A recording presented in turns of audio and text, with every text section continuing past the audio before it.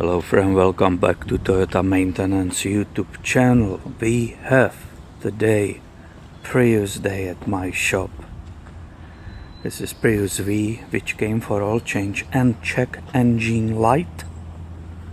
And this is the Prius, 2010 Prius, which is waiting for head gasket job. Now this one, I said the owners, oh no, I hope you don't have the same problem. I'm freaking out for them. I hope you also don't have a head gasket. This vehicle has 2013 Prius V, has only 103,000 miles.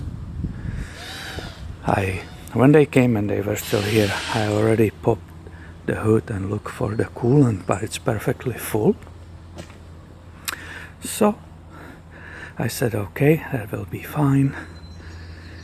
You don't have a hard startups on the morning, so you will be good. And after that, I took my little fast scanner and checked that codes. And this is what I got. The scanner said there are 4 codes recorded. The first one out of 4 was P0455 evaporative system leak, gross, no flow. Then as a second code there was P0441 EVAP Incorrect Flow, and after that the other 2 codes, it was just repeated, so each code was stored twice. Knowing that I have a service history with these people, I checked what I did for them in last 2 years, and it was basically just oil changes. Once we replaced the aux battery, which is only 2 years old, and once they had a code for the EVAP. I didn't check, did I? I look at the paperwork. I didn't check even what codes, because the solution was very simple. There was a bad cap here, the fuel cap. It failed, the ratcheting system was bad, and I got them from a dealer, new one, and since then for 1.5 years there were no problems. Because these 2 codes I just read to you, I hope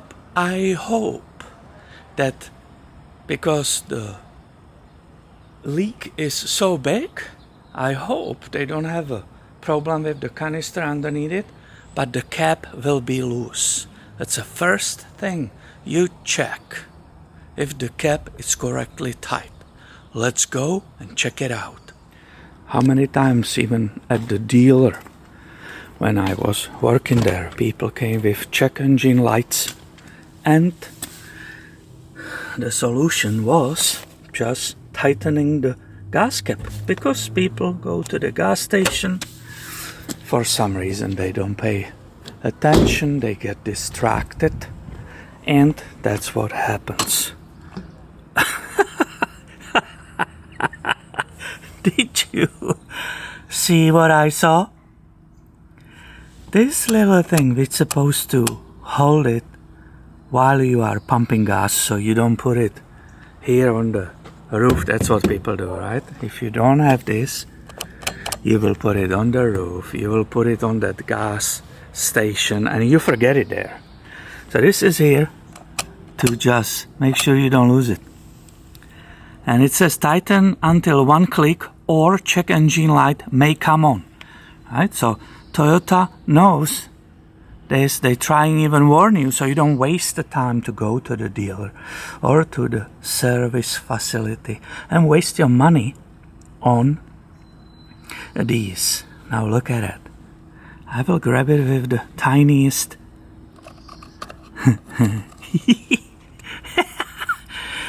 So this is Toyota, 1 year old, and it didn't fail. This time the people, human, failed. Because that was sitting here, just by its weight, like this. It was not tight at all. Look at it. Did you see that? Yeah, the ratchet works perfectly. Now I will show you. You heard the click? Now I will show you how much power it takes. Yep, it's fully engaged. I need bunch of power to remove it. So we have the winner. In this case, all I have to do, just erase the codes. I guarantee you this was a human failure, human mistake. It was, guys, loose that this was even turning it. That's how loose it was. It was thoroughly. I don't know how it happened when you go to the gas station and you do just this. It's fully loosey-goosey, but you need to do what it says, right?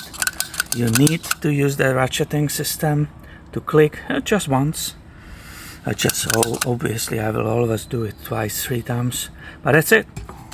Well, I have to go erase the codes. This is finished. This was a quick video, and I better don't charge them full 1 hour labor because I want them to come back, and I appreciate them coming back. Also 103, you know what's coming. The big service on these, it's 105, which is spark plugs, hybrid transfers of fluid. You will do coolant in the engine, you will do coolant in the hybrid system. There's a bunch of stuff you need to check and test the brake fluid and so on. So I will be reasonable with them, and I hope they will bring it for that big service, because that's basically on this generation. As a maintenance, that's the only one when we make bunch of money. Otherwise, this is maintenance free. These Priuses have 2 very costly failures, but that will be for a different video. I hope many of you will find this video helpful. Actually, I know you will. Just need to put correct titles so Google will show it really quickly. Number 1 cause of these 2 codes is the loose cap or broken ratcheting system, which doesn't allow it to close it tight enough. Also that rubber o-ring which you saw there could be compromised and that is not sealing enough, but that will cause just a small leak.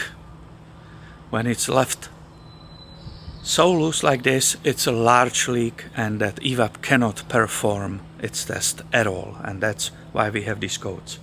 If you find it helpful in the future, please give it a thumb up, subscribe. I have way more coming your way soon.